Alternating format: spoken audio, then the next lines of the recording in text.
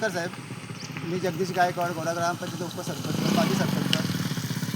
आज या 2 वर्षापासून या रस्त्याची गोरा ते गोरा या रस्त्याची अक्षरशः जगद अवस्था आहे. पण याच्याकडं प्रशासन पण लक्ष देत नाही, लोकप्रतिनिधी पण लक्ष देत नाही. आज तुम्ही प्रत्यक्ष बघाल ना, तो गोरा फाटा ते गोरा परत जाताना अक्षरशः चालकाला अक्षरशः मरण्याची कसरत करायला लागते. कारण एवढा परिस्थिती खराब झाली का खड्डे एवढे 2-2 अडी पुढे खड्डे पडलेले आहेत, तरी याच्याकडे कोणीही लक्ष देत नाही. प्रशासन आहे का एखाद्या दुर्घटनेची वाट बघतो का? लोकप्रतिनिधी एखाद्या दुर्घटनेची वाट बघता का? आज या 2 वर्षापासून लोकांनी आम्ही संघर्ष करून बघितला, आपलं आंदोलन करून बघितला, त्याच्यानंतर रास्ता रोको करून बघितला, तरी प्रशासनाला जागा येत नाही.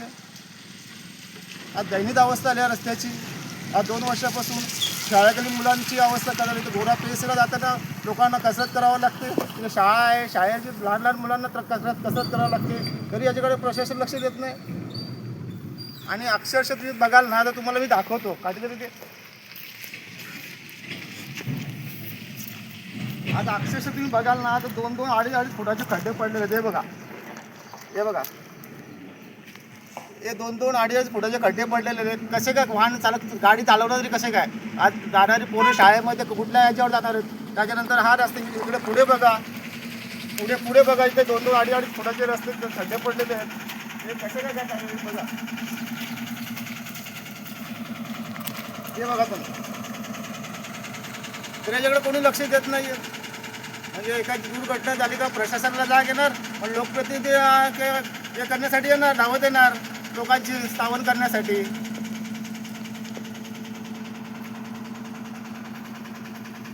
अनेक स्कूल बस देखील या रस्त्यावरून जात असतात.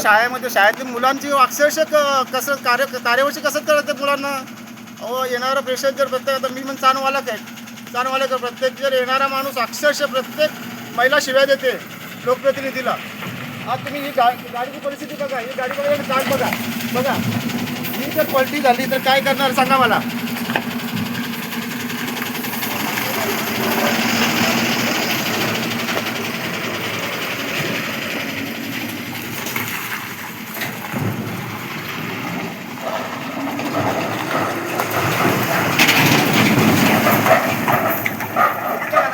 काय परिस्थिती ती बघली का? आता प्रत्यक्ष बघितली ना तुम्ही काय परिस्थिती आहे.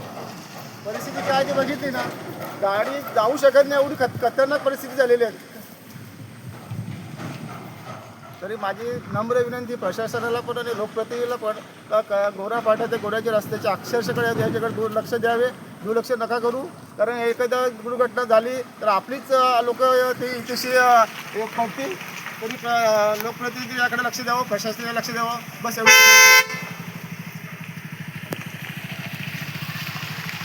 दादा, तुम्ही कुठून आलेत? मी इथलाच आहे. मी अतिशय काय सांगशील या रस्त्याबद्दल? या रस्ता, आपण इथले रहिवासी आहात, तर मग अपघात काय बघितलेत का नाही, कसे काय? मी इथला आहे. हे मी बघू बघतो. आता वावेघर मुंगिस्ता हे आता विद्यामंदिर गोरा शाळा आहे, बरोबर आहे. ते शाळेतला विद्यार्थी जातात. आता जाताना ज्याला काय त्रास होतो ना, तो तुम्ही प्रत्यक्ष त्यांच्याकडनं तुम्ही ऐका काय त्रास त्यांना होतो ते. बोला, तुम्हाला काय त्रास होतो? आम्हाला शाळेत जाताना खड्डे इथे चालता येत नाही.